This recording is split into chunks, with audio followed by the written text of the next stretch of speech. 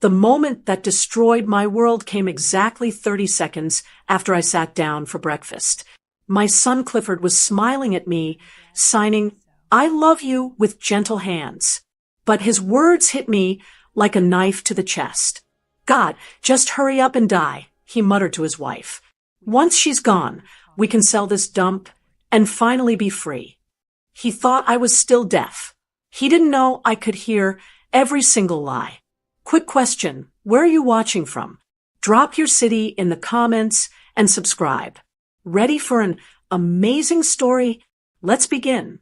My world went quiet 5 years ago. It wasn't a gradual fade, like a radio losing signal as you drive out of the city. It was sudden.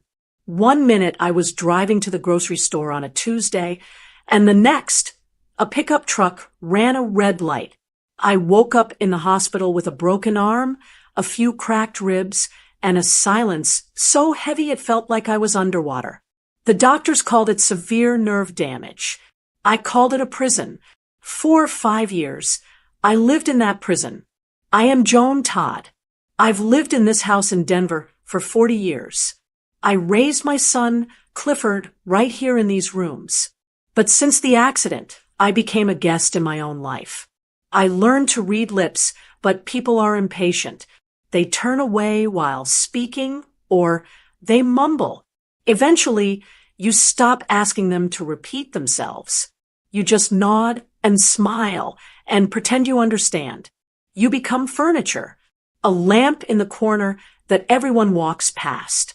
My son Clifford and his wife Kay moved in 2 years ago to help me. I was grateful. I really was.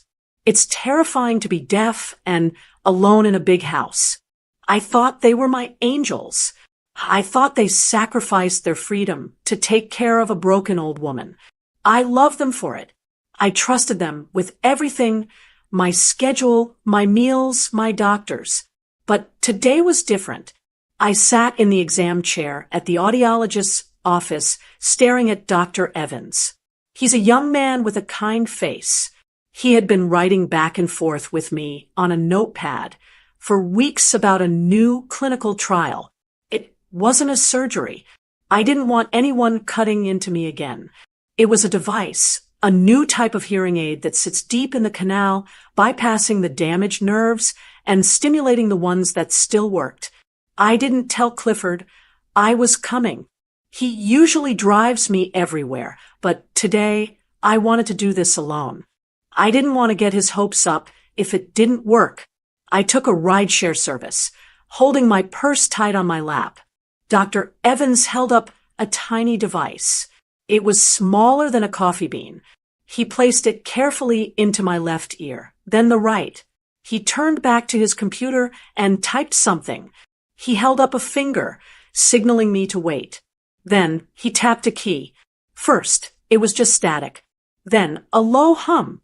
It was the sound of the air conditioner vent above my head. I gasped. It was the most beautiful noise I had ever heard. "Joan," Dr. Evans said. I didn't read his lips. I was looking at his tie.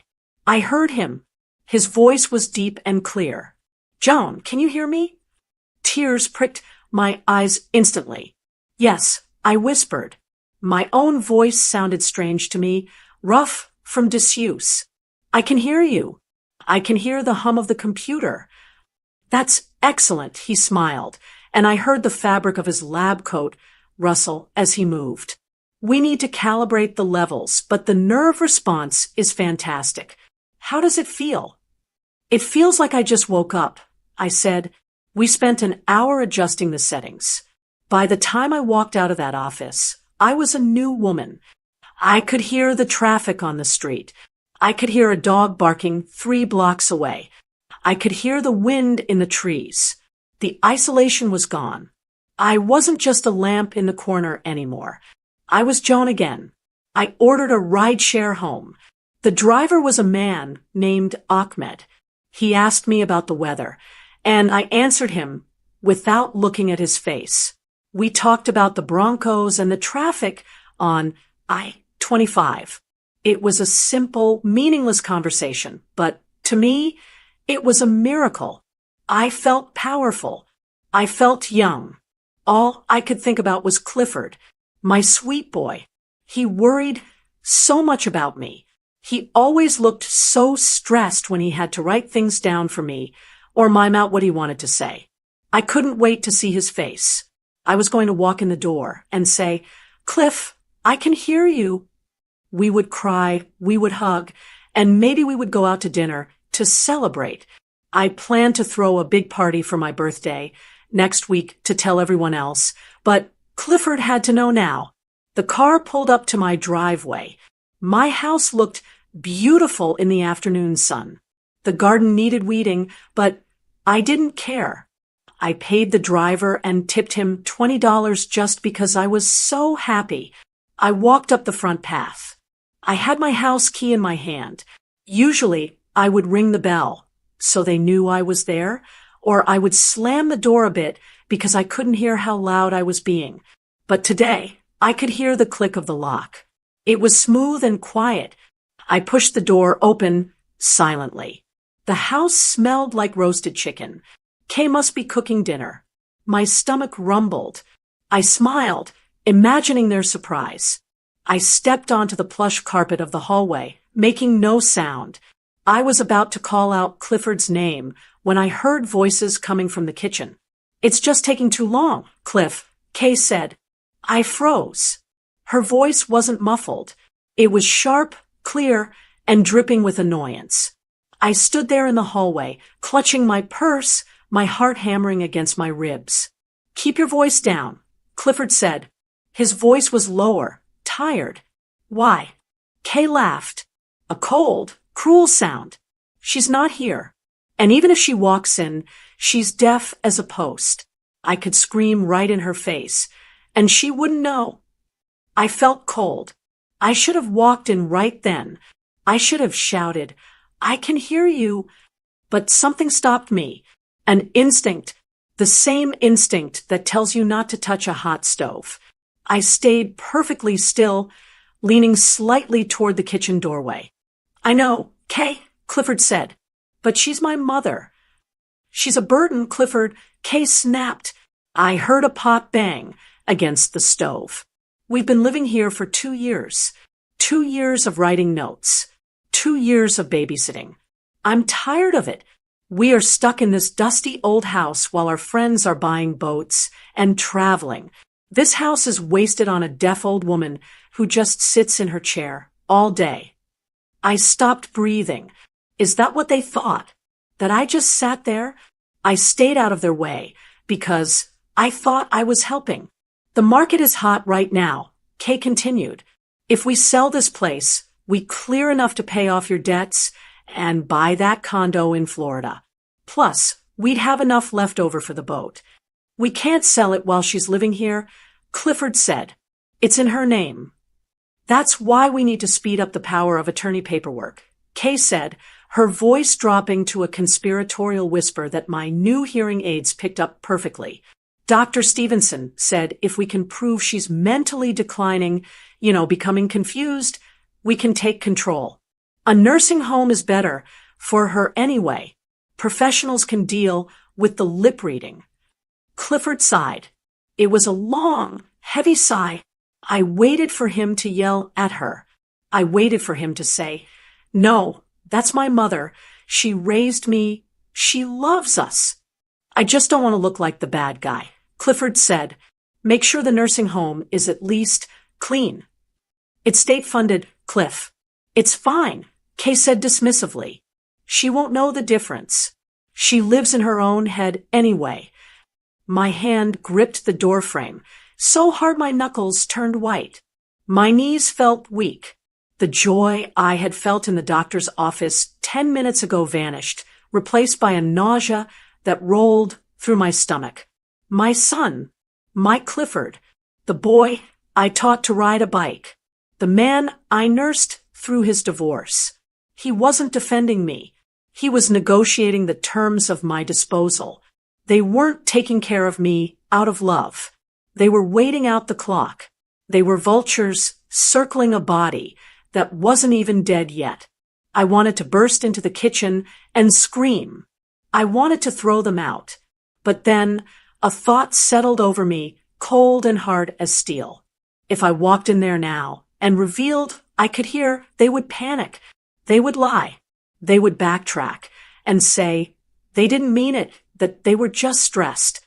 And because I loved them, I might be stupid enough to believe them. Or worse, they would know that I knew, and they would get smarter. They would hide their plans better. Right now, they thought I was the vulnerable, oblivious, deaf old woman. They thought they were invisible. I took a deep breath. I reached up and adjusted my hair to make sure it completely covered my ears and the tiny devices hidden inside. I wiped the single tear that had escaped my eye.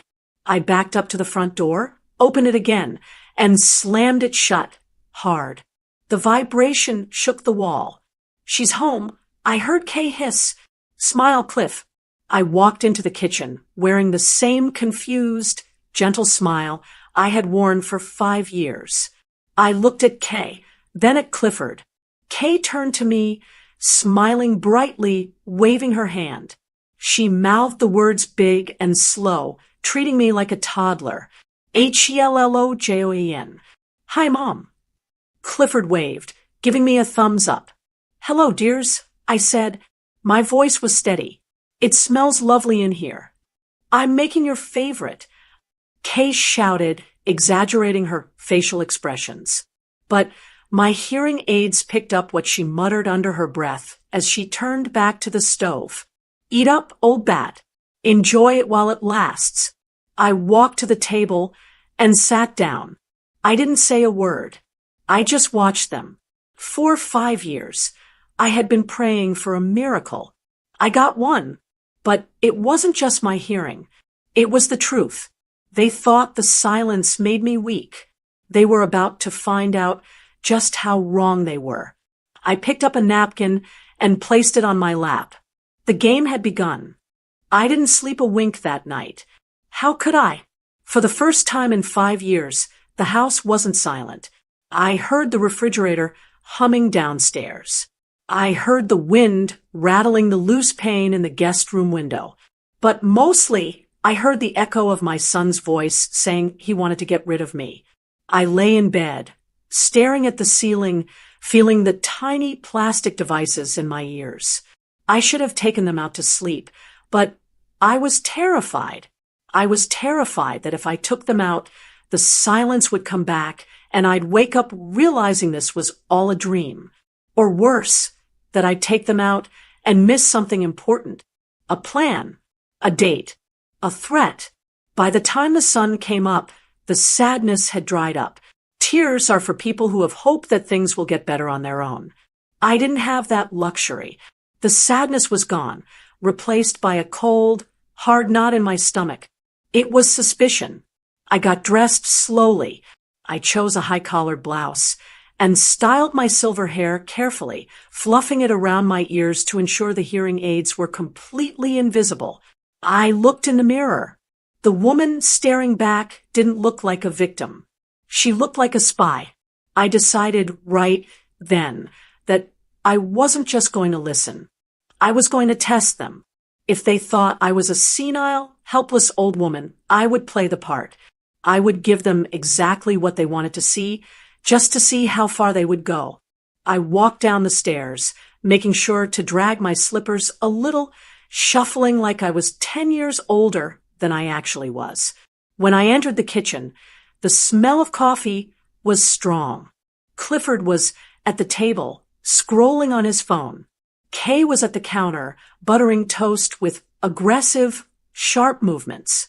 I didn't look at them. I looked at the floor, then looked up, blinking as if I was confused. Good morning, I said, pitching my voice a little too loud, the way I used to when I couldn't hear myself. Kay didn't turn around.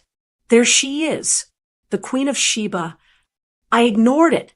I walked over to the coffee pot. Is there coffee? I asked, even though the pot was full right in front of me. Clifford looked up. He put on that dazzling, fake smile, the one I used to think was so sweet. He waved at me to get my attention, then gave me a big thumbs up. "Morning, Mom," he shouted, mouthing the words slowly. "Coffeyes." Then, in his normal voice, he muttered, "Jesus, she's checking out early. Can't even see the pot," right in front of her face. My hand shook as I poured the cup. I wasn't checking out. I was sharper than I had been in a decade. I sat down opposite him. I needed to push him. I needed to know if yesterday was just a bad mood, or if this was truly their plan. I took a sip of the hot coffee and looked Clifford right in the eyes. I let my face crumble a little, looking vulnerable. "Clifford," I said softly, "I've been thinking. I know I'm a lot of work." The room went quiet. Clifford froze. For a second, I thought he might actually show some compassion. "Are you happy living here with me?" I asked. "I worry that I'm a burden." Clifford reached across the table and took my hand. His palm was warm. It felt like the hand of the little boy I used to walk to school. He looked at me with what looked like pure love. He squeezed my hand. He leaned in and enunciated every syllable clearly, making sure I could read his lips perfectly. "Mom, we love living here. You are not a burden.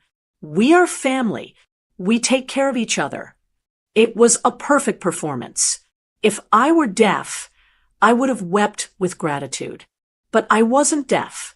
As he held my hand, he turned his head slightly toward Kay, who was now leaning against the counter, watching us with a smirk. "God, she's so needy today," Clifford said, his voice dripping with irritation. "She must sense something is up. It's creepy." Kay snorted. "She doesn't sense anything, Cliff. She's just bored. Did you call the broker?" Clifford didn't let go of my hand. He kept rubbing his thumb over my knuckles soothingly while he answered his wife. "Yeah, I left a voicemail. He said he can come by next Tuesday to do the valuation. We need to get her out of the house for a few hours." "Tuesday?" Kay asked. "That's her birthday. We're having that stupid party." "I know," Clifford said, looking back at me and smiling warmly. "We can do it in the morning before people arrive. I'll drop her at the mall or something. Tell her I'm buying her a present. Make sure the broker knows it's a distress sale," Kay said, taking a bite of her toast. "We need the cash fast. Tell him we're motivated." "I'll tell him," Clifford said. Then he looked at me again, squeezed my hand one last time, and let go. He signed, "I LOVEYOU. Love you too, Mom," he said aloud. Then, under his breath, "Just hurry up and die, please." I felt the blood drain from my face. My heart stopped, then started again with a violent thud. Just hurry up and die. He didn't just want the money. He hated me. He actually hated me for being alive. All those years I spent paying for his college, helping him with his first mortgage, comforting him when his first wife left him. None of it mattered. To him, I wasn't a person. I was an obstacle, a stubborn stump in the yard that wouldn't rot fast enough. I looked down at my eggs. I felt sick. I wanted to flip the table. I wanted to scream that I heard every vile word. But I forced myself to pick up my fork. My hand was steady now. The shaking had stopped. The sadness was gone completely. "That's good," I said, answering his fake sign language. "I'm glad you're happy here, Cliffy. I'm glad you love the house." I took a bite of the eggs. They tasted like ash, but I swallowed them. "I love this house too," I added, looking at Kay. "I plan to be here for a very, very long time." Kay rolled her eyes and whispered, "Not if I have anything to do with it." I finished my breakfast in silence.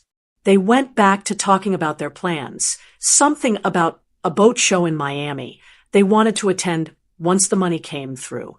They spoke freely, confident that the foxes were safe in the henhouse, eating the farmer's grain right in front of her. But they forgot one thing. The farmer had a shotgun. They just didn't know I had loaded it yet. I stood up took my plate to the sink, and washed it. "I think I'll go rest in the garden," I announced. "Okay, Mom." "Good idea," Clifford shouted. I walked out the back door, into the sunshine. I sat on my favorite bench under the oak tree. I wasn't just a mother anymore. I was a woman who had survived a car crash, the death of a husband, and 5 years of silence. I could survive this. Clifford and Kay were sloppy. They were arrogant.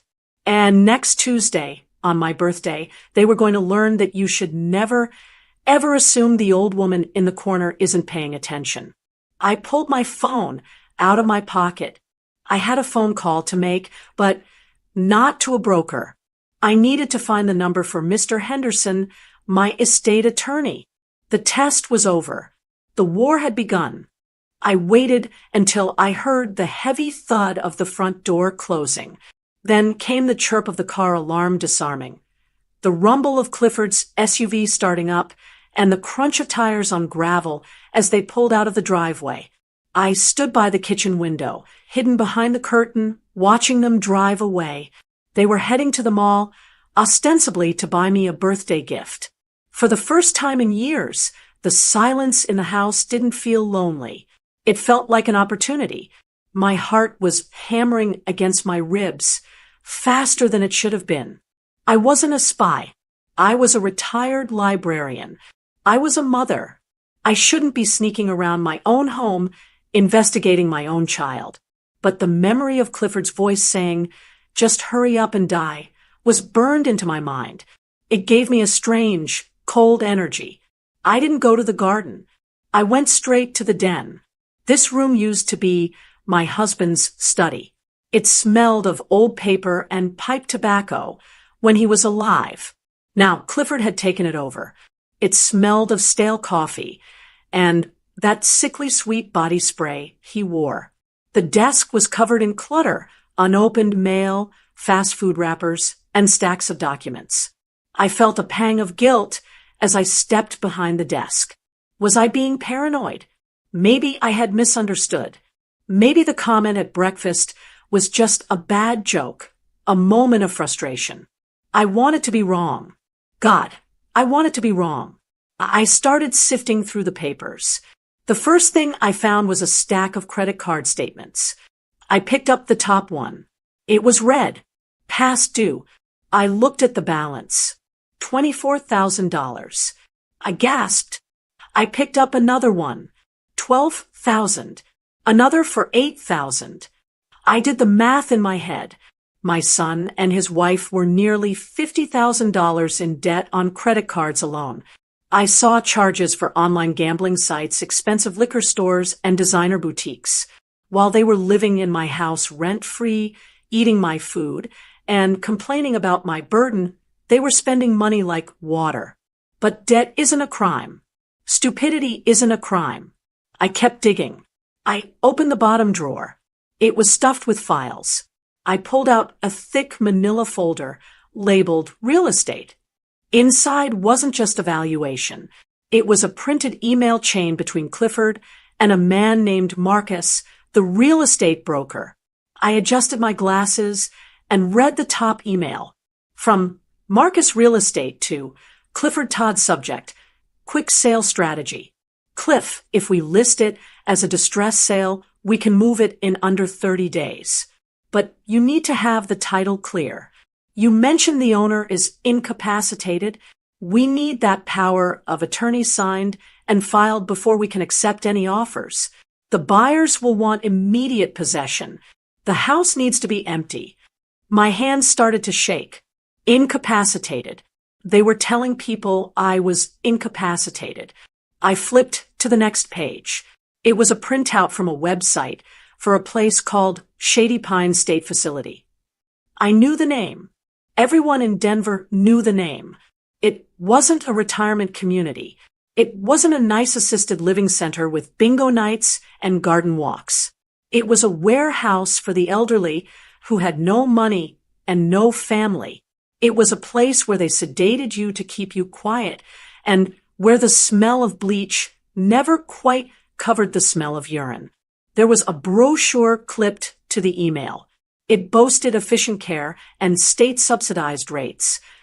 I felt the bile rise in my throat. They weren't planning to kill me. Murder is messy. Murder gets you investigated. No, their plan was much cleaner and much more cruel. They were going to declare me mentally incompetent. They were going to use my deafness and my confusion, which I had foolishly played up to test them, as proof that I couldn't live alone. They would get power of attorney, dump me in a state-run facility where I would rot in a shared room with strangers, and sell my home, the home my husband built, the home I paid for, to pay off their gambling debts. I sat down in Clifford's leather chair. The room spun. It wasn't about death. It was about erasure. They wanted to delete me. To them, I wasn't a person with memories and feelings. I was just a line item on a balance sheet that needed to be liquidated. I looked at the dates on the emails. They had been planning this for 3 months. 3 months of smiling at me. 3 months of cooking my dinner and patting my hand. I grabbed my smartphone from my pocket. My hands were shaking so badly, I dropped it on the desk. I forced myself to take a deep breath. Focus, Joan. I picked up the phone and opened the camera. I took clear pictures of the credit card bills. I took pictures of the emails with the broker. I took a picture of the Shady Pines brochure. Then I found the smoking gun. It was a draft letter addressed to my family doctor, Dr. Stevenson. It wasn't sent yet, but it was typed out and ready. Dear Dr. Stevenson, we are increasingly concerned about Mother's cognitive decline. She is becoming aggressive and confused. She wanders at night. We believe she is a danger to herself. We need to discuss moving her to a secure facility for her own safety. Aggressive? Wandering? I spent my nights knitting and reading romance novels. I had never wandered in my life. They were fabricating symptoms. They were building a case to lock me away. I took a picture of the letter. I carefully put everything back exactly where I found it. The credit cards on the left, the folder in the drawer, the brochure tucked in the back. I wiped the desk where I had touched it, just in case. I stood up. My knees felt weak, but my spirit felt like iron. If they had just asked me for money, I might have given it to them. If they had told me they were in trouble, I would have helped. I would have refinanced the house. I would have done anything for my son. I waited until I heard the heavy thud of the front door closing. Then came the chirp of the car alarm disarming, the rumble of Clifford's SUV starting up, and the crunch of tires on gravel as they pulled out of the driveway. I stood by the kitchen window, hidden behind the curtain, watching them drive away. They were heading to the mall, ostensibly to buy me a birthday gift. For the first time in years, the silence in the house didn't feel lonely. It felt like an opportunity. My heart was hammering against my ribs, faster than it should have been. I wasn't a spy. I was a retired librarian. I was a mother. I shouldn't be sneaking around my own home, investigating my own child. But the memory of Clifford's voice saying, "Just hurry up and die," was burned into my mind. It gave me a strange, cold energy. I didn't go to the garden. I went straight to the den. This room used to be my husband's study. It smelled of old paper and pipe tobacco when he was alive. Now Clifford had taken it over. It smelled of stale coffee and that sickly sweet body spray he wore. The desk was covered in clutter, unopened mail, fast food wrappers, and stacks of documents. I felt a pang of guilt as I stepped behind the desk. Was I being paranoid? Maybe I had misunderstood. Maybe the comment at breakfast was just a bad joke, a moment of frustration. I wanted to be wrong. God, I wanted to be wrong. I started sifting through the papers. The first thing I found was a stack of credit card statements. I picked up the top one. It was red, past due. I looked at the balance. $24,000. I gasped. I picked up another one. $12,000. Another for $8,000. I did the math in my head. My son and his wife were nearly $50,000 in debt on credit cards alone. I saw charges for online gambling sites, expensive liquor stores, and designer boutiques. While they were living in my house rent-free, eating my food, and complaining about my burden, they were spending money like water. But debt isn't a crime. Stupidity isn't a crime. I kept digging. I opened the bottom drawer. It was stuffed with files. I pulled out a thick manila folder labeled real estate. Inside wasn't just a valuation. It was a printed email chain between Clifford and a man named Marcus, the real estate broker. I adjusted my glasses and read the top email. From Marcus Real Estate to Clifford Todd subject, quick sale strategy. Cliff, if we list it as a distress sale, we can move it in under 30 days. But you need to have the title clear. You mentioned the owner is incapacitated. We need that power of attorney signed and filed before we can accept any offers. The buyers will want immediate possession. The house needs to be empty. My hands started to shake. Incapacitated. They were telling people I was incapacitated. I flipped to the next page. It was a printout from a website for a place called Shady Pines State Facility. I knew the name. Everyone in Denver knew the name. It wasn't a retirement community. It wasn't a nice assisted living center with bingo nights and garden walks. It was a warehouse for the elderly who had no money and no family. It was a place where they sedated you to keep you quiet and where the smell of bleach never quite covered the smell of urine. There was a brochure clipped to the email. It boasted efficient care and state-subsidized rates. I felt the bile rise in my throat. They weren't planning to kill me. Murder is messy. Murder gets you investigated. No, their plan was much cleaner and much more cruel. They were going to declare me mentally incompetent. They were going to use my deafness and my confusion, which I had foolishly played up to test them, as proof that I couldn't live alone. They would get power of attorney, dump me in a state-run facility where I would rot in a shared room with strangers and sell my home, the home my husband built, the home I paid for, to pay off their gambling debts. I sat down in Clifford's leather chair. The room spun. It wasn't about death. It was about erasure. They wanted to delete me. To them, I wasn't a person with memories and feelings. I was just a line item on a balance sheet that needed to be liquidated. I looked at the dates on the emails. They had been planning this for 3 months. 3 months of smiling at me. 3 months of cooking my dinner and patting my hand. I grabbed my smartphone from my pocket. My hands were shaking so badly I dropped it on the desk. I forced myself to take a deep breath. Focus, Joan. I picked up the phone and opened the camera. I took clear pictures of the credit card bills. I took pictures of the emails with the broker. I took a picture of the Shady Pines brochure.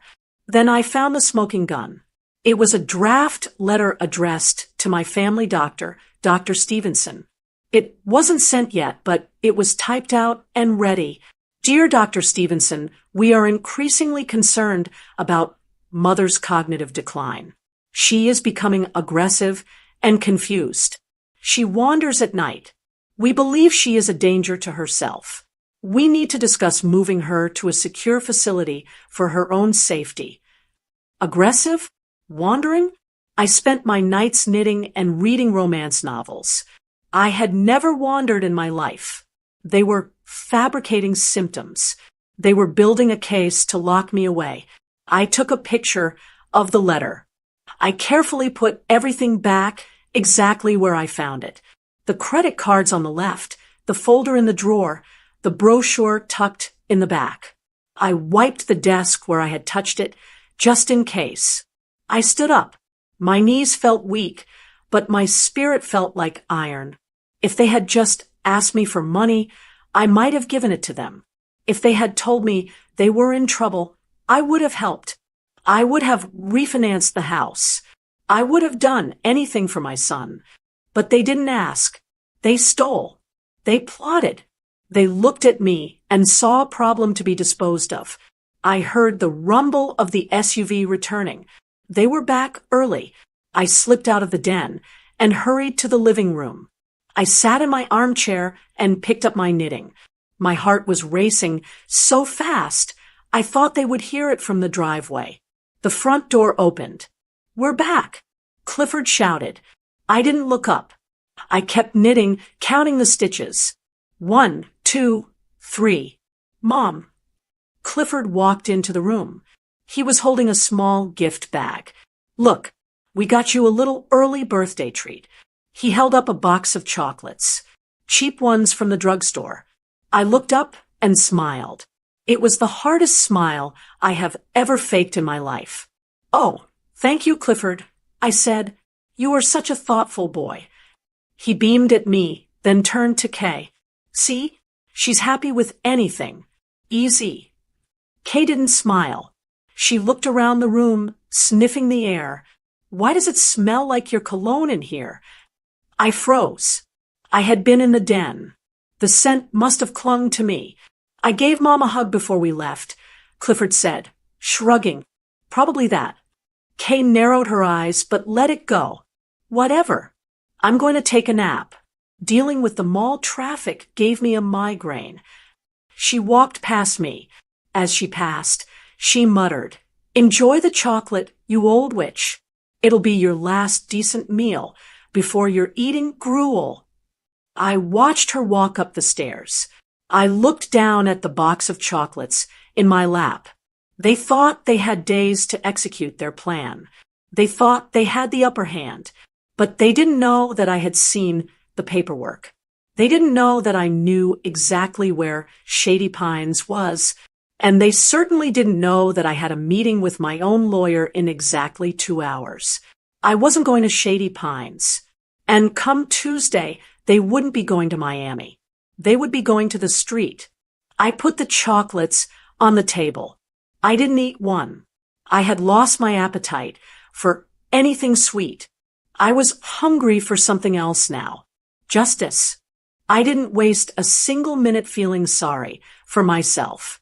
The moment Kay went upstairs to nap and Clifford settled onto the couch to watch football, I went into motion. I didn't pack a bag. I didn't write a note. I simply put on my coat, grabbed my purse, and walked into the living room. Clifford didn't even look away from the TV. He just waved a hand at me, his eyes glued to the screen. "I am going to the library," I announced, making sure my voice sounded a bit flat and weary. "I need new books." Clifford gave me a thumbs up. "Have fun, Mom," he shouted, not bothering to turn down the volume.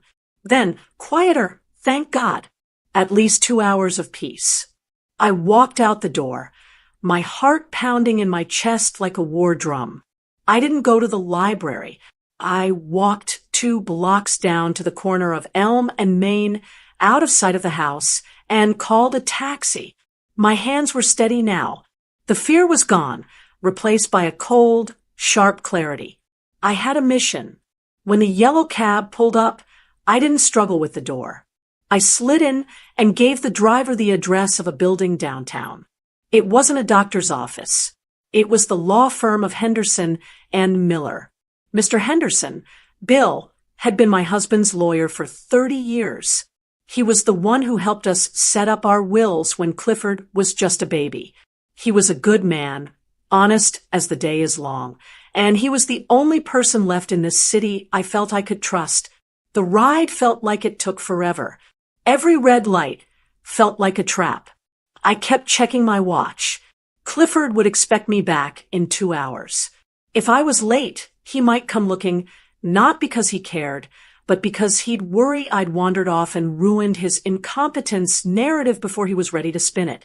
I marched into the law office and told the receptionist I had an emergency. She looked at my frantic eyes and didn't argue. 5 minutes later, I was sitting in Bill Henderson's office. Bill looked older than the last time I saw him. His hair was thinner, but his eyes were just as sharp. He stood up, smiling, and reached for a notepad to write a greeting, assuming I still couldn't hear. "Put the pen down, Bill," I said. My voice was strong. "I can hear you." Bill dropped the pen. It clattered onto his mahogany desk. "Joan, but how?" "New hearing aids," I said quickly. "It doesn't matter how. What matters is what I've heard since I got them." I sat down and laid it all out. I didn't sugarcoat it. I told him about the conversation in the kitchen. I told him about the distress sale emails.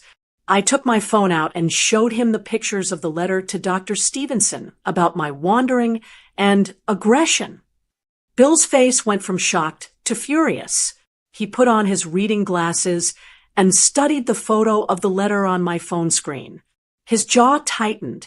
"This is fraud, Joan," he said, his voice low and dangerous. "Conspiracy to commit fraud and elder abuse.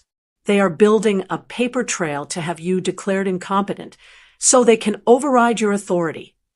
"I know," I said. "They want to put me in Shady Pines." Over my dead body, Bill growled. He hit a button on his intercom. "Susan, get the file for Joan Todd. Now, and bring me the notary stamp." He looked at me. "We need to move fast. If they file for emergency guardianship before we act, it becomes a mess. We need to revoke Clifford's power of attorney immediately." For the next hour, we worked. It was a flurry of signing and initialing. First, we executed a revocation of power of attorney. I signed a document formally stripping Clifford of any right to make decisions for me, financial or medical. Second, we created a new power of attorney, naming Bill himself as my temporary agent until I could find a professional fiduciary. Third, we updated my living trust. The house was in the trust, which meant Clifford couldn't sell it without being the trustee. We amended the trust to explicitly state that Clifford was removed as a successor trustee effective immediately. "Now for the fail-safe," Bill said. He pulled out a video camera. "I am going to interview you. We are going to record you reading today's newspaper, answering current events questions, and explaining exactly what you are doing and why. If they ever try to tell a judge you are senile, we play this tape. It proves you are sound, sharp, and fully aware." We did the recording. I looked straight into the lens and said, "My name is Joan Todd. I am of sound mind. I am removing my son from my will because he is conspiring to imprison me in a state facility to steal my assets." It felt good to say it out loud. It felt like cutting a heavy weight off my ankles. "What about the money?" I asked. "They have access to the checking account for groceries. Not anymore," Bill said. He logged into his computer. "We are opening a new account under the trust's name at a different bank. I'm transferring the bulk of your liquid savings right now. We'll leave just enough in the joint account so the checks don't bounce immediately and tip them off before Tuesday. But the nest egg, the retirement fund, it's gone. It's safe." I watched him type. Click. Enter. Done. I let out a breath. I didn't know I was holding. The money was safe. The house was safe. My freedom was safe. I looked at the clock on the wall. 3:45 p.m. I had been gone an hour and a half. "I have to go," I said, standing up. "If I'm not back before they wake up from their nap, they'll get suspicious." "Joan, don't go back there," Bill said, looking worried. "Stay in a hotel. Stay here." "No," I said firmly. "My birthday party is on Tuesday. I need to expose them. If I leave now, they'll just spin a story to the neighbors that I ran away because I was crazy. They'll play the victim. I need everyone to see the truth. I need to look them in the eye when I do it." Bill hesitated, then nodded. "Be careful. You're living with sharks." "I know," I said, clutching my purse. "But I'm not the bait anymore." The ride home was excruciating. Traffic was heavy on the highway. I watched the minutes tick by on the taxi's dashboard clock. 4:05, 4:10, 4:15. Clifford usually woke up around 4:30 to start thinking about dinner. If he came downstairs and saw I wasn't there, he might call the police to report a missing vulnerable adult just to start his paper trail. "Can you go any faster?" I asked the driver. "Trying, lady," he grunted. We pulled onto my street at 4:22. I paid him cash and practically jumped out of the car before it stopped rolling. I speed walked down the sidewalk, clutching the library books I had the foresight to check out 3 weeks ago and had hidden in my tote bag. I walked up the driveway. The house was quiet. The SUV was still parked in the same spot. I unlocked the front door as quietly as I could. My hands were trembling again, but not from fear this time, from adrenaline. I stepped inside. The TV was off. The living room was empty. I crept toward the kitchen. I heard a noise, the creak of floorboards upstairs. They were just waking up. I threw my coat on the hook and dumped the books on the coffee table. I sat down in my armchair, picked up one of the books, and opened it to a random page. I forced my breathing to slow down. In, out, in, out. Footsteps on the stairs. Heavy, slow. Clifford walked into the living room, scratching his stomach, yawning. He looked at me, then at the clock. "Oh, you're back," he said. He sounded disappointed. I looked up and smiled, tapping the book. "Good books," I said, keeping my voice level. "Great, Mom." "Good for you?" he mumbled. He walked into the kitchen and opened the fridge. "Hey, Kay, Mom's back." Unfortunately, he yelled up the stairs. I heard Kay groan from the bedroom. Did she bring dinner? Or do I have to cook for the invalid again? "No dinner," Clifford called back. I turned a page of my book. I wasn't reading the words. I was staring at the letters, watching them swim before my eyes. I had done it. The trap was set. The legal armor was locked in place. They could insult me. They could plan. They could print all the brochures they wanted. It didn't matter. I was safe. And they were walking straight into a buzzsaw. Now, all I had to do was survive the weekend. All I had to do was play the deaf, helpless mother for 3 more days without screaming. I tightened my grip on the book. I can do this, I told myself, for the woman I used to be, for the woman I am now. Tuesday was coming, and it was going to be a birthday party they would never forget. Tuesday morning arrived with a gray sky, but the house was buzzing with bright, frantic energy. It was my 70th birthday. It was also the day my son and his wife believed they were celebrating their impending freedom. I spent an extra hour in front of the vanity mirror. I put on my best navy blue dress, the one with the lace collar that Clifford's father bought me for our 40th anniversary. I applied my lipstick carefully. I checked my hearing aids.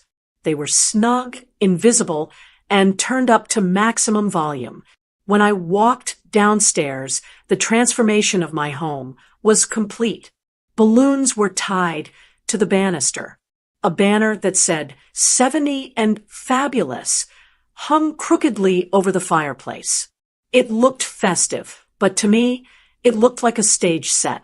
A cheap backdrop for a bad play. Guests started arriving at noon. These were people I had known for decades. Martha from the gardening club, Reverend Miller from the church, my neighbor Sally, who always brought zucchini bread. They hugged me, shouted "Happy birthday" inches from my face, and patted my arm. I played my role perfectly. I nodded enthusiastically. I smiled until my cheeks hurt. I pretended to struggle to follow conversations, leaning in and asking, "What was that, dear?" just to keep the illusion alive. By 1 o'clock, the living room was packed. The noise was overwhelming, a cacophony of laughter, clinking glasses, and chatter. But for the first time in 5 years, I didn't mind the noise. Every sound was a weapon I was sharpening. I took my seat in the high-backed floral armchair in the corner of the room. It was my usual spot.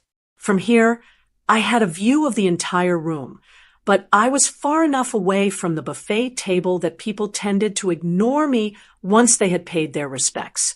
I sat there, hands folded in my lap, looking for all the world like a tired, checked-out old lady waiting for her cake.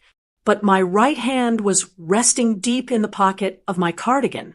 My fingers were wrapped around my smartphone. I had the voice memo app open. All I had to do was tap the red circle. Kay was holding court, near the window, holding a large glass of Chardonnay. She was wearing a dress that was too tight and too expensive, likely bought with one of my credit cards I had seen the bill for. She was talking to her two friends, Linda and Susan. I knew them. They were the type of women who never looked you in the eye and laughed too loud at mean jokes.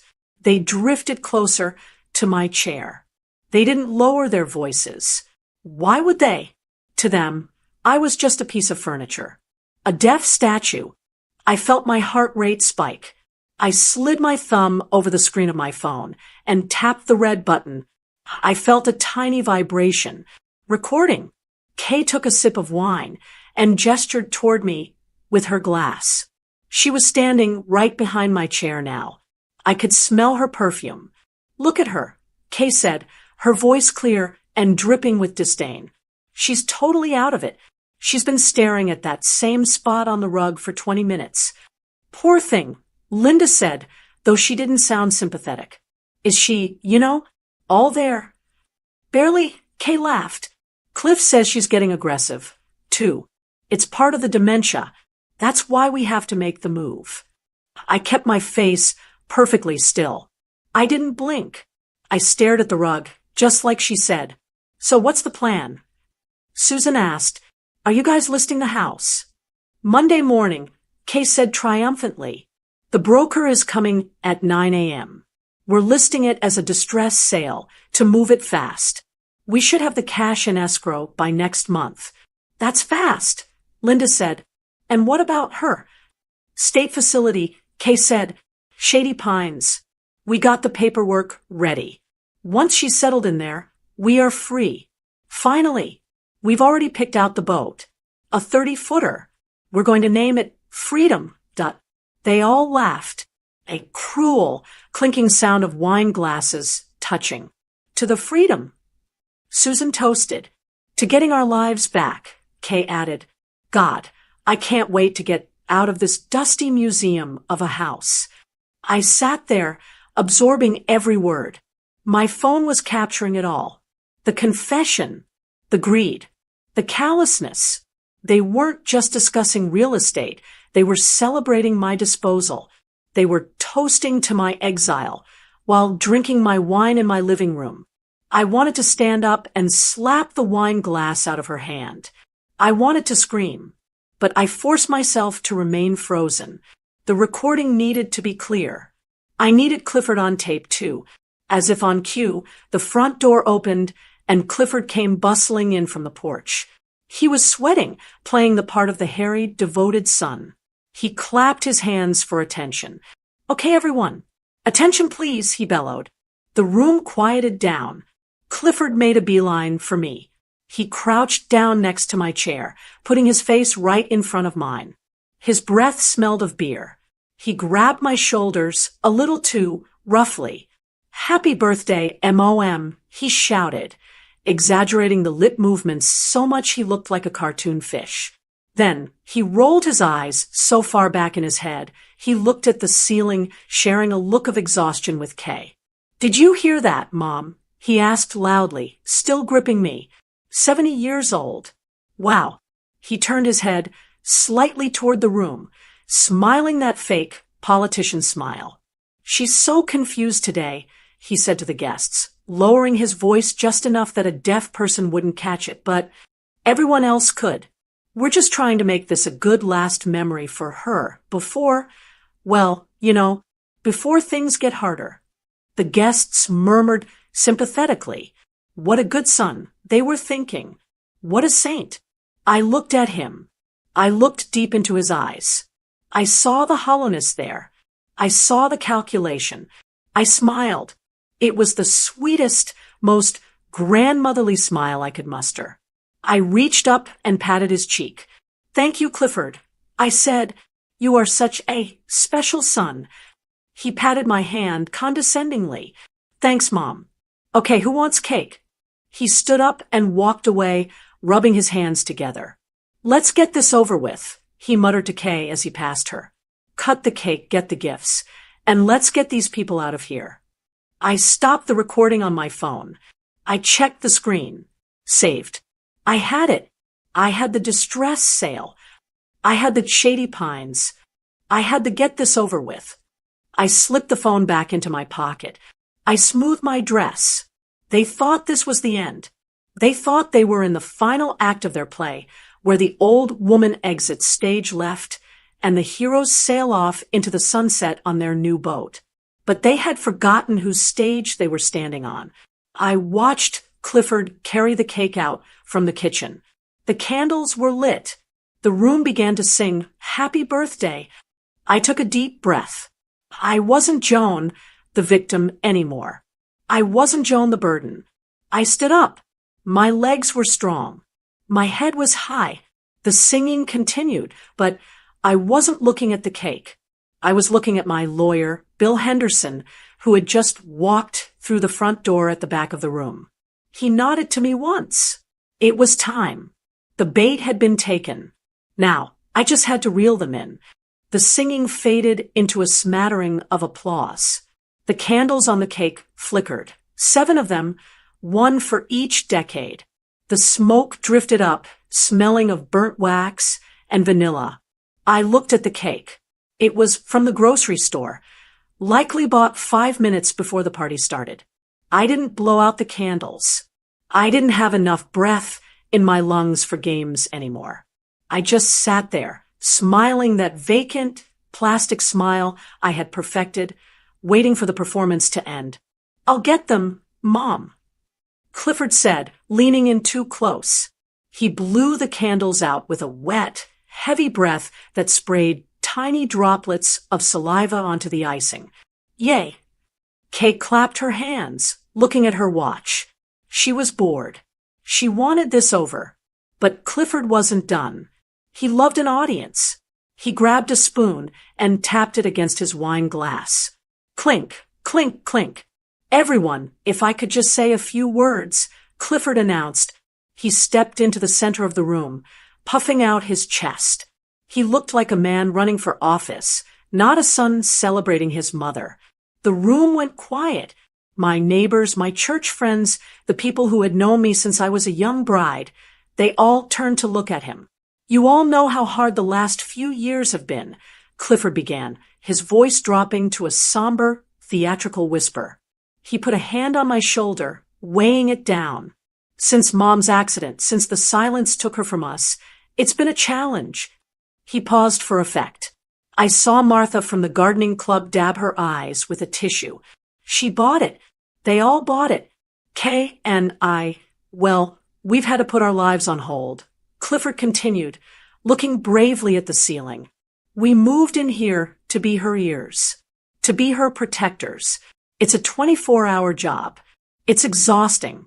We don't get to travel. We don't get to have weekends off. But we do it because we love her, because she's family." He squeezed my shoulder hard. It hurt. "So, here's to you, Mom." He raised his glass. "To making your life as comfortable as possible for as long as you're with us." Here, the guests murmured. Kay raised her glass, smirking. "To Mom." It was perfect. The perfect lie. He had painted himself as the martyr and me as the burden. He had set the stage so that when they moved me to Shady Pines next week, everyone would say, "Oh, poor Clifford. He tried so hard, but she just needed too much care." I felt a cold calm settle over me. It was the same calm I felt before I walked down the aisle 50 years ago. The certainty that life was about to change forever. I reached up and took Clifford's hand off my shoulder.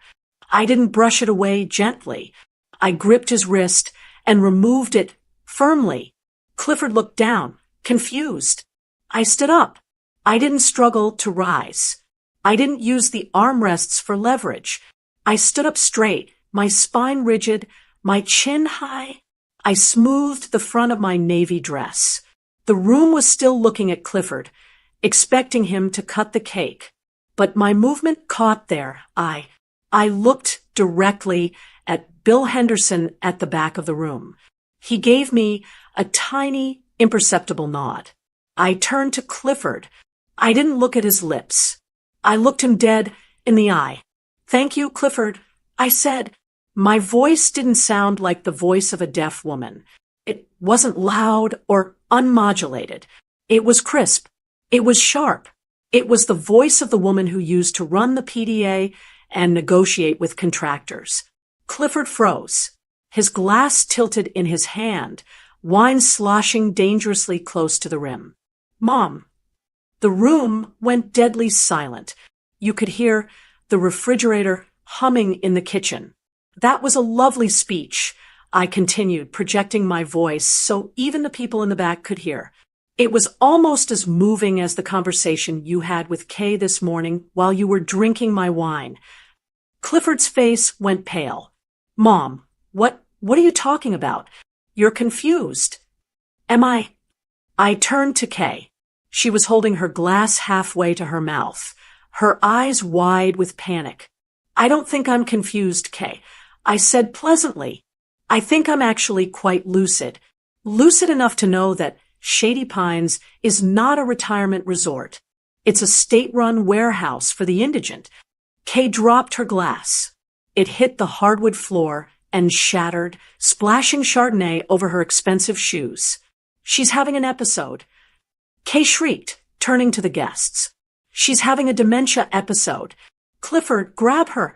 She doesn't know what she's saying." The guests looked uneasy. They started to whisper. "Is it true?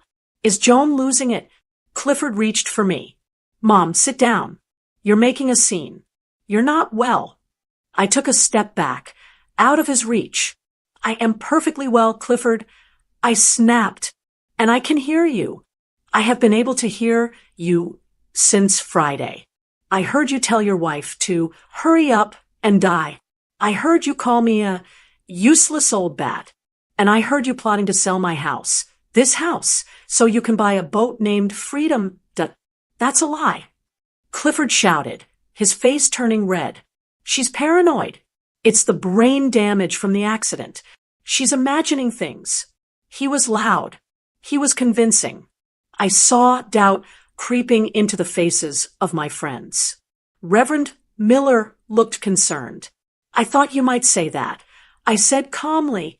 I reached into my pocket and pulled out my smartphone. "Technology is a wonderful thing, isn't it?" I asked. I walked over to the buffet table where the Bluetooth speaker sat. It had been playing gentle jazz music earlier. I tapped my screen. The Bluetooth connected with a happy little bloop sound. "Clifford says I'm imagining things." I addressed the room. "He says I'm senile. Let's see what you think." I pressed play. The sound was crystal clear. It filled the living room, booming off the walls. "Look at her," Kay's voice sneered from the speaker. "She's totally out of it. We're listing the house on Monday. We're listing it as a distress sale. We should have the cash in escrow by next month." The guests gasped. Martha covered her mouth with her hands. The recording continued. "And what about her?" Linda's voice asked. "State facility," Kay's voice replied, loud and arrogant. "Shady Pines. Once she's settled in there, we are free. Finally, God, I can't wait to get out of this dusty museum of a house." I let it play until the sound of their cruel laughter filled the room. Then I paused it. The silence that followed was heavy, suffocating. It was the sound of truth landing like a bomb. I looked at my neighbors. They weren't looking at me with pity anymore. They were looking at Clifford and Kay with absolute horror. "You—" Martha stepped forward, her voice shaking. "You were going to put her in a state home so you could buy a boat?" No, it's out of context." Clifford stammered, backing away. He looked small. He looked like a child caught stealing from the collection plate. We were joking. It was dark humor. Stress relief. It didn't sound like a joke, son, Reverend Miller said, his voice deep and stern. He set his cake down on the table, looking at Clifford with profound disappointment. It sounded like a plan. Kay tried to rally. She turned on me, her face twisted and ugly. You sneaked around. You spy. You sat there and listened to us. You sick old witch. Yes, I said. I listened. I listened to you spend my money. I listened to you mock me. And I listened to you plan to erase me. I took a step toward them. They flinched. This is my house, I said. I paid for every brick. I planted every flower in that garden. And I raised a son here who I thought loved me. I looked at Clifford. He couldn't meet my eyes. He was staring at his shoes. But that son is gone, I said softly. The man standing in front of me is a stranger who wants me dead. Mom, please, Clifford whispered. I have debts. We were desperate. Desperation is asking for help, I said. Betrayal is stealing a life. I turned to Bill Henderson. Bill, do you have the papers? Right here, Joan, Bill said, stepping forward. He pulled a thick envelope from his jacket pocket. I took the envelope and tossed it onto the coffee table. It landed with a heavy slap next to the birthday cake. That is your eviction notice, I said, and a copy of the restraining order. You have 24 hours to get your things and get out of my house. 24 hours? Kay screamed. We have nowhere to go. You can't do this. We have rights. We've lived here for 2 years. And you've been plotting against me for 3 months, I said. I think 24 hours is generous. If you're not gone by tomorrow at noon, the police will escort you out. Bill has already spoken to the sheriff. I looked around the room at my guests. They were stunned, but they were on my side. I could feel it. The wall of support that Clifford thought he could dismantle had just turned into a fortress around me. Now, I said, picking up a clean fork, I believe it's time for cake, but I don't think there's enough for everyone. Clifford, Kay, you should probably start packing. Clifford looked at the room, then at me. He opened his mouth to argue, but the look on Reverend Miller's face stopped him. He grabbed Kay's arm. She was sobbing now, angry, ugly tears. They turned and ran up the stairs. I watched them go. Then I turned back to my friends. My hands were shaking just a little, but I felt lighter than air. Does anyone want a corner piece? I asked. The room erupted in applause. Not polite applause. Real applause. Martha rushed forward and hugged me. I hugged her back. I could hear her whisper, "You're amazing, Joan." And for the first time in 5 years, I didn't just believe it. I knew it. The last car door slammed shut outside. I watched through the front window as Reverend Miller's sedan pulled away.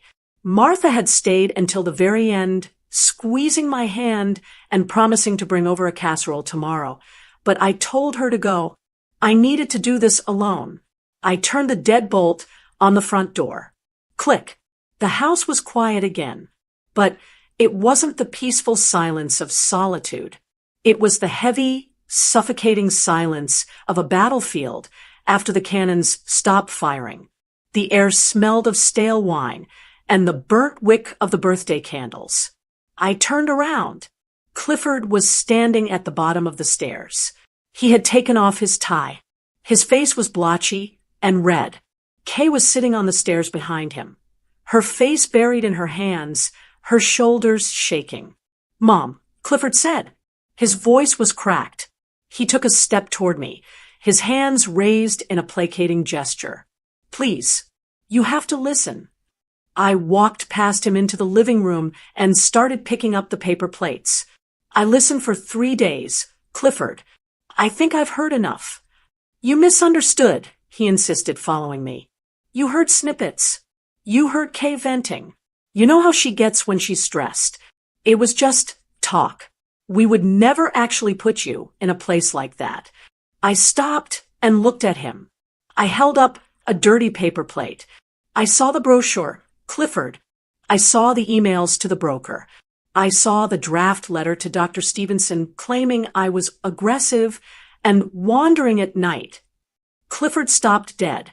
His mouth opened, but no sound came out. You weren't just venting, I said, my voice steady. You were building a case. You were systematically documenting lies to strip me of my rights. That isn't stress. That is a conspiracy. It was for your own good. Kay shouted from the stairs. She looked up, her mascara running down her cheeks. You can't live here alone. You're 70. You're deaf. We were trying to help you. I am not deaf. I shouted back. The force of my own voice surprised me. And I am not helpless. I was living here perfectly fine before you moved in. I paid my bills. I kept my garden. I had a life. You didn't move in to help me. You moved in because you lost your condo and you had nowhere else to go. Clifford flinched. He hated when I mentioned his failures. Mom, look, we messed up, Clifford said, trying a new tactic. He dropped to his knees in front of me, looking like a penitent little boy. We got greedy. I admit it. The debt, it's crushing us, Mom. I owe people money. Bad people. I was scared. I didn't know what else to do. He reached for my hand. I'm sorry. I am so sorry.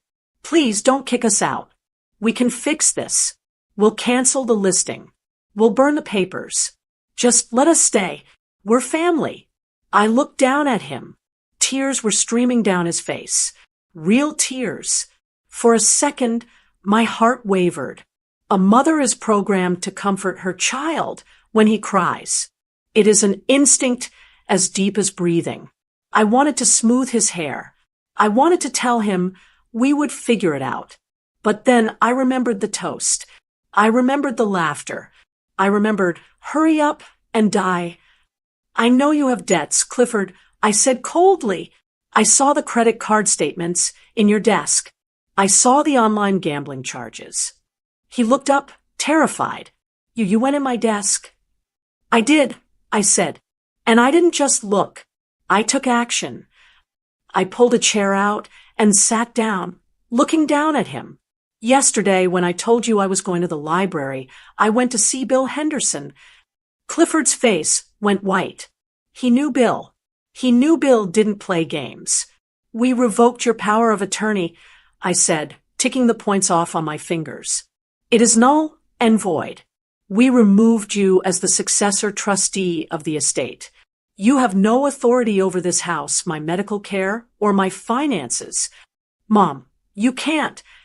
And I cut him off. We moved the money. Clifford froze. What? The savings account, I said. The investment portfolio. The emergency fund. It's all gone. It's in a new trust account at a bank you don't know under a name you can't access. But, Clifford stammered. But the joint account, the one for the bills. I left $500 in it. I said, enough to buy groceries for the week. But the rest, the money you were counting on to pay off your gambling debts, it's gone, Clifford. You can't touch a cent of it. The transformation was instant. The sorrow vanished from his face, replaced by pure, unadulterated panic. You can't do that, he screamed, scrambling to his feet. I need that money. They'll kill me, Mom. You don't understand. I owe $40,000. Then you better get a job, I said, calm as ice. Or sell your car. Or sell that watch you bought. You selfish old. Kay started to lunge down the stairs, but Clifford held her back. Selfish. I laughed. It was a dry, humorless sound. I gave you a home. I fed you. I would have given you the shirt off my back if you had just asked me. If you had come to me and said, Mom, I'm in trouble, I would have helped you. But you didn't ask. You tried to steal. You tried to bury me before I was dead. I stood up and walked to the front door. I opened it wide. The night air was cool. "You have 24 hours. I said. "What?" Clifford blinked, disoriented. "Eviction," I said. "Bill Henderson is filing the formal order tomorrow morning, but I am giving you a head start. I want you and your wife and your boxes out of my house by sunset tomorrow. If you are still here, the sheriff will remove you. And since I have a recording of you conspiring to commit elder fraud, I don't think you want the police involved." "Mom, please," Clifford sobbed. He was crying hard now, his body shaking. "Where will we go? We have no money. We have nowhere." I looked at him. I really looked at him. "You're a smart boy, Clifford," I said. "You'll figure it out. You always said I was the burden. Well, now you're free. You don't have to take care of me anymore." "I love you," he wailed. "I love you, Mom." I looked at his tears. They were plentiful. They were wet.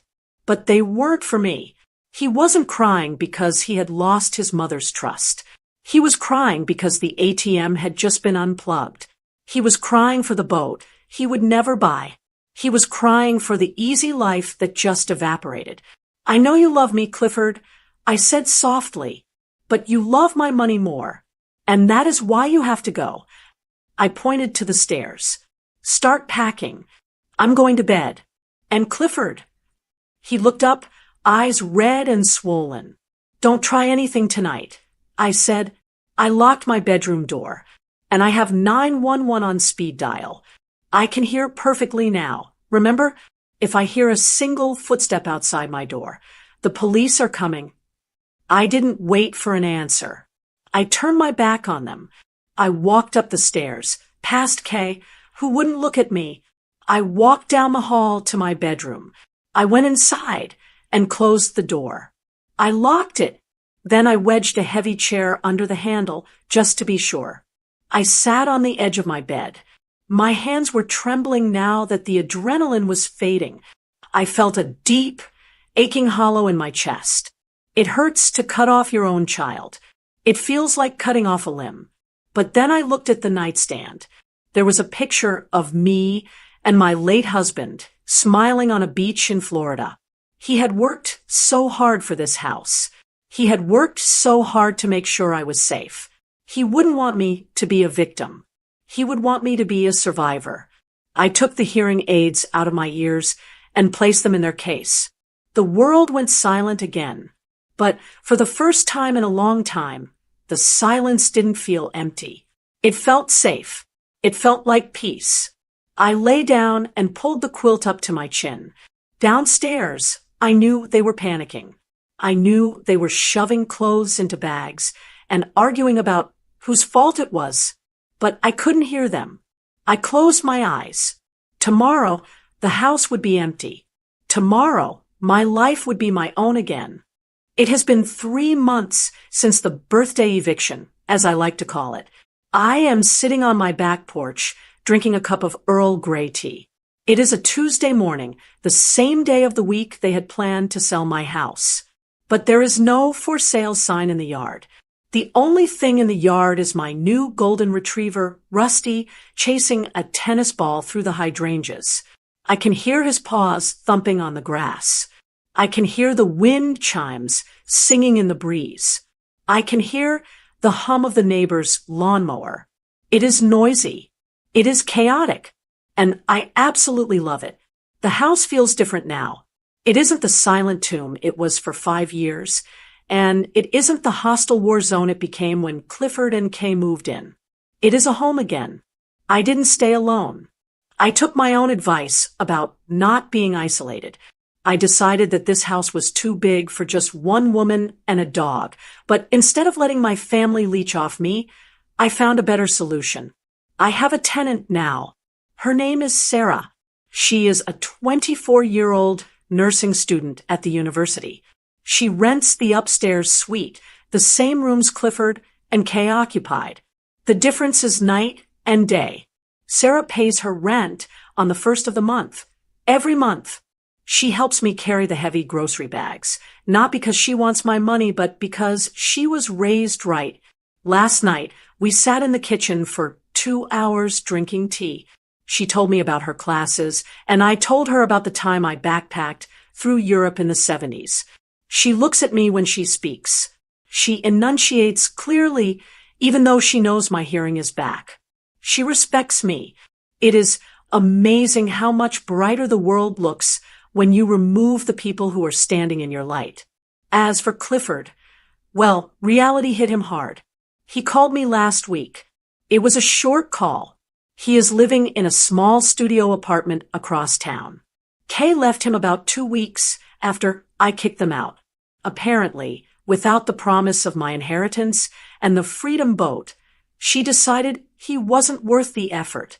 He told me he got a job at a home improvement store. He sounded tired. He sounded humble. "I'm sorry, Mom," he said again. "I know," I told him. And I meant it.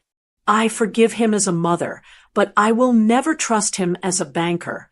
We are rebuilding our relationship, but it will be on my terms. We meet for lunch once a month.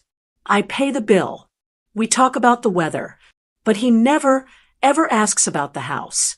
He knows that door is closed. I didn't just protect the house. I protected my legacy.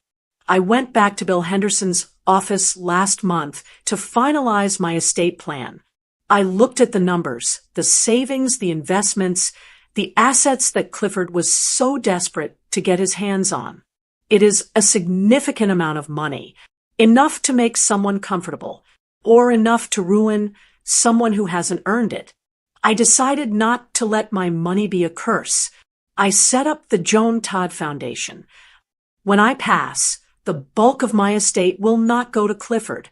He will receive a small, monthly stipend, enough to keep him from starving, but not enough to fund a gambling habit. He will have to work for his luxury, just like I did. The rest, it is going to a scholarship fund for deaf students who want to study music and arts.